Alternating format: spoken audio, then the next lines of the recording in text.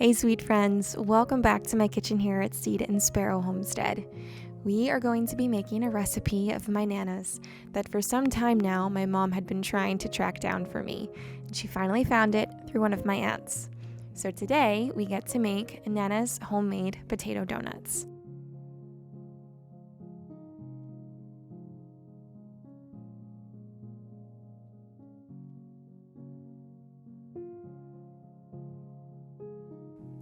The first ingredient I'm going to get working on, of course, will be some potatoes.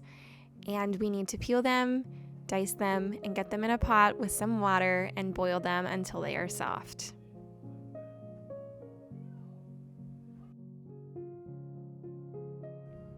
The recipe did not specify what type of potatoes, so I'm assuming any type is fine. I'm using what I have on hand, and that was just some white potatoes.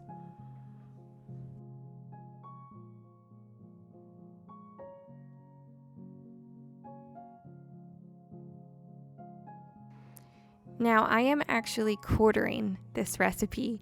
It was a very large batch of donuts. My mom says that when she was younger, she'd remember when her mom and her grandmother were making donuts, they would cover every surface of the home. I did not need that many donuts. So I quartered it, and for that quarter recipe, it required 1/4 cup of mashed potatoes. So I chopped up 2 potatoes just to be on the safe side. It also requires a 1/4 cup of potato water, so make sure to reserve that as well. Down in the description, I will include the full recipe, the big recipe, as well as a single batch, what I am doing today.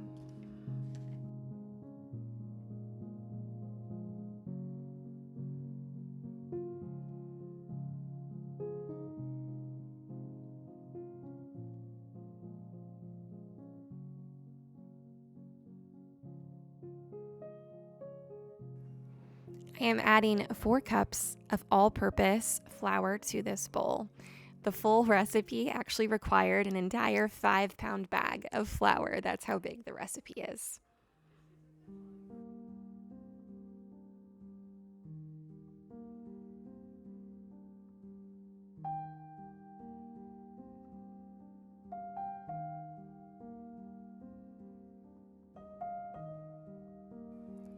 Going to be adding 1/2 cup of sugar. I am using raw organic cane sugar.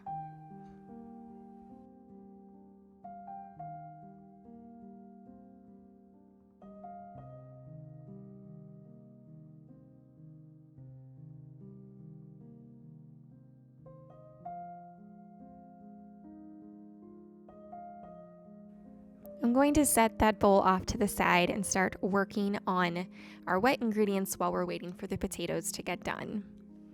For a 1/4 recipe, it requires a 3/4 cup of warm milk. So I'm going to get that into my measuring cup and get that warmed up. Checking on the potatoes quickly to see if they are done and they're breaking apart nicely. So I'm going to turn this burner off and remove it and allow it to cool down a little bit before adding in the potato water to my recipe.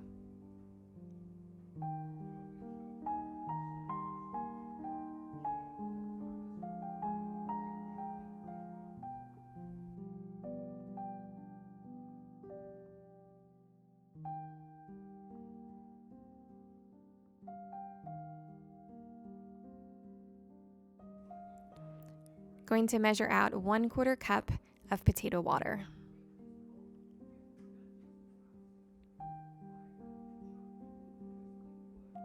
Add that into my warm milk, which in hindsight I didn't really have to warm because the potato water would have warmed everything for me. I'm going to add in 1 egg.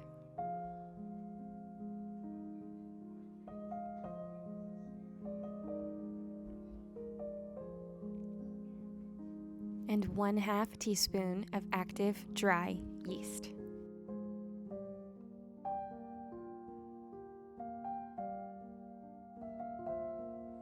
Adding in 1/8 cup of water. Stirring everything up until well combined and the yeast has been dissolved.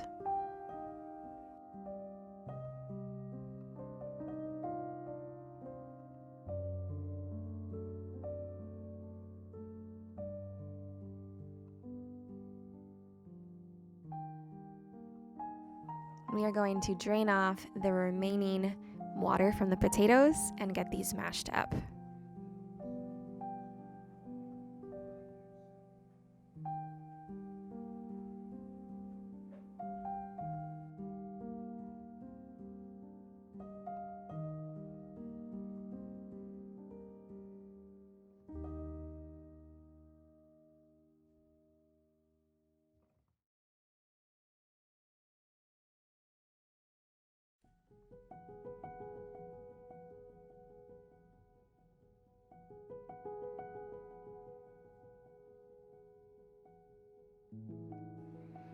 Adding in 1/4 cup of mashed potatoes to that wet mixture and stirring well to combine.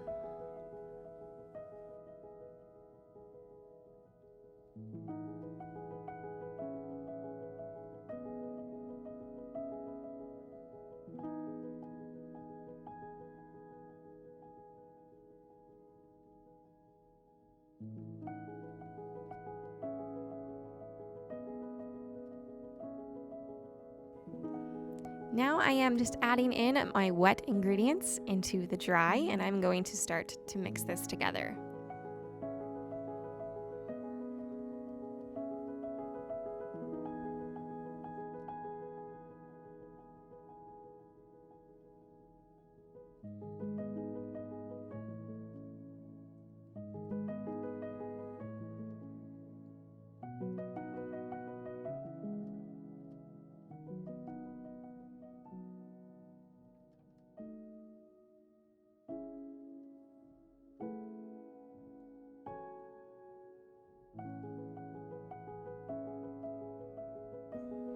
Now this was a very dense dough. I was not expecting it to be this dense, and it's probably the stiffest dough I've had to work with yet.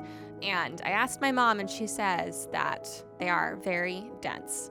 So I just kept going with it. It took me a good 15 minutes to get this into a really nice dough consistency, and it wasn't really even where I wanted it to be after that 15 minutes. But my arms were getting tired, and it did have a nice spring to it after those 15 minutes.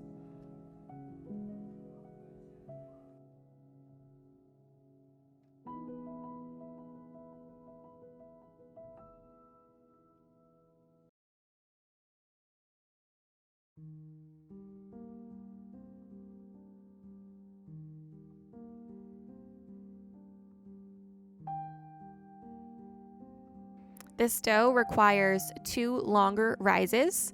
It took about an hour and a half for it to almost double. And you can see here it is much more pliable and soft, and it was much easier to work with the second time. I kneaded it again for probably just a minute or two, not too long, and then I placed it back in the bowl and allowed it to rise again for about another hour. I made sure to keep it in a warm location throughout the course of it rising.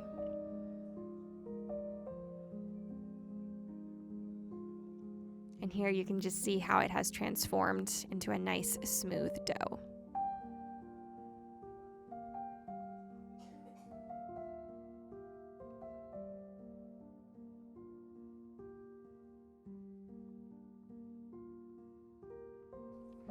Just before the second rise was up, I made sure to get my oil in a pan here and get it hot. I am using solely organic coconut oil. The recipe called for Crisco. That is not something I'm comfortable using, so I'm not being completely authentic to the recipe, but that will just have to do. So I am using coconut oil, but you can use olive oil, avocado oil. If I had tallow or leaf lard on hand, I probably would have used that, but I'm working with what I've got, so coconut oil it is.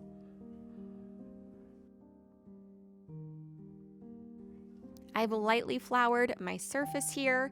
I'm gonna get these rolled out fairly thin. I know they do rise quite a bit when cooking. And I have not made these before, but I've made plenty of other donut recipes, and they do rise quite a bit. So I'm sticking with about a 1/2 inch here.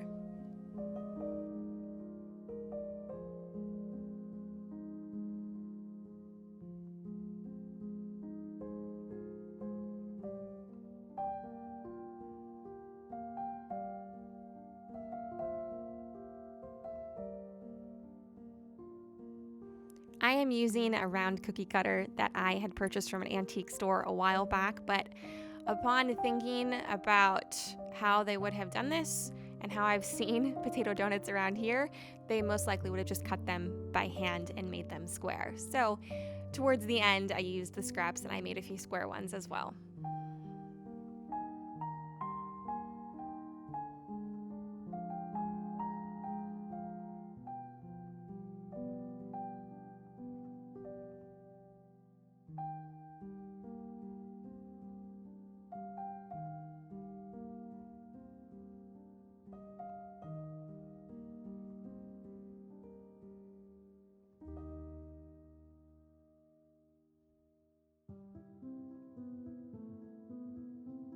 I let the donuts rest covered for about another 15 minutes before putting them into the oil to cook.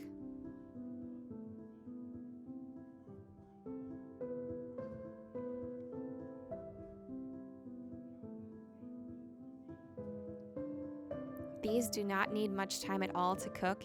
You just want them nicely browned on each side. It really only took about 30 seconds per side.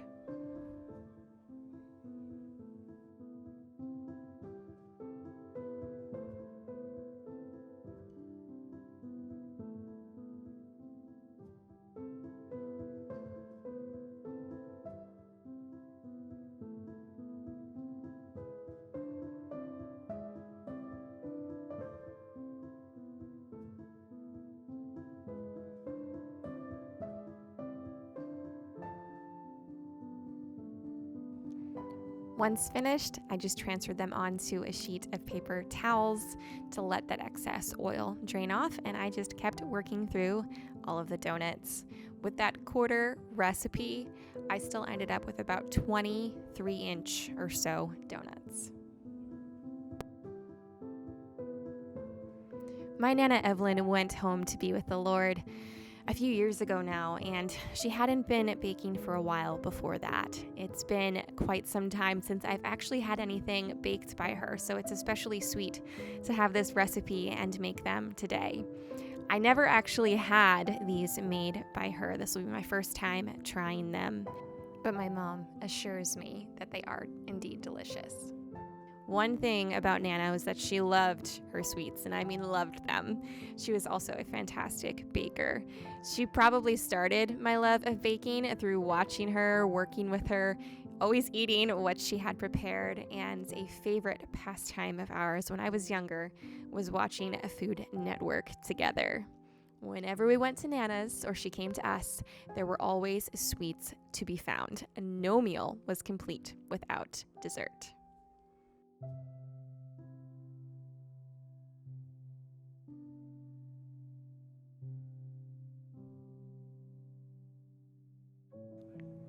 Traditionally, these donuts would be left plain or covered in powdered sugar. I decided I would like to use up some of the many jars of jams and jelly that I have, so I chose a strawberry chamomile jam to fill a few of the donuts with.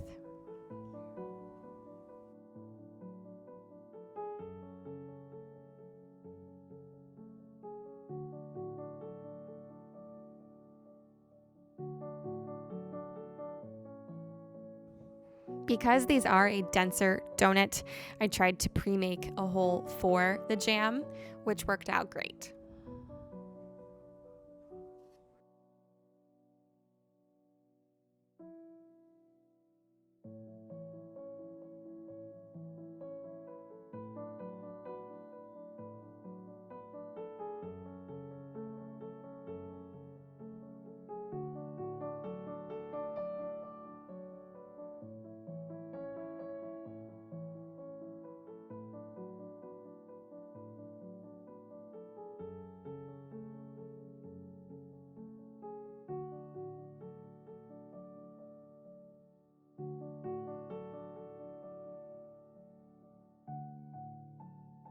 I decided with the remaining donuts to leave half plain and then cover the rest in powdered sugar. But you can do a whole bunch of different things. You can make some icing and dip them. You could do cinnamon sugar, fill them with puddings, different jams and jellies, you name it, really whatever your heart desires.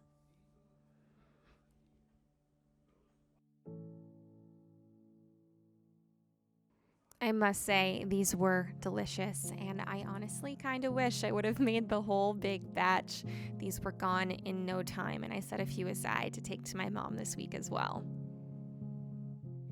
My mom and I often catch ourselves saying after we've eaten a meal, "Oh, we could really eat a sweet right now," and we look at each other and chuckle after we realize we sound just like Nana.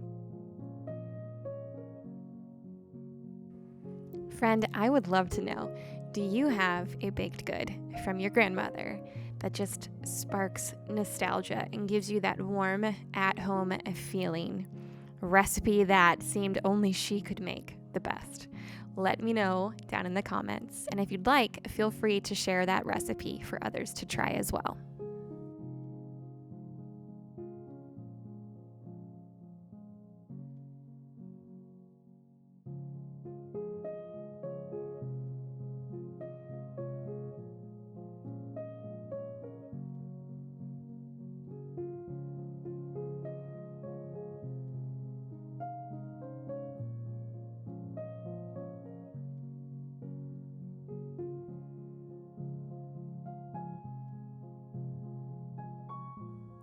Thank you all for joining me in the kitchen today as we made these old-fashioned potato donuts.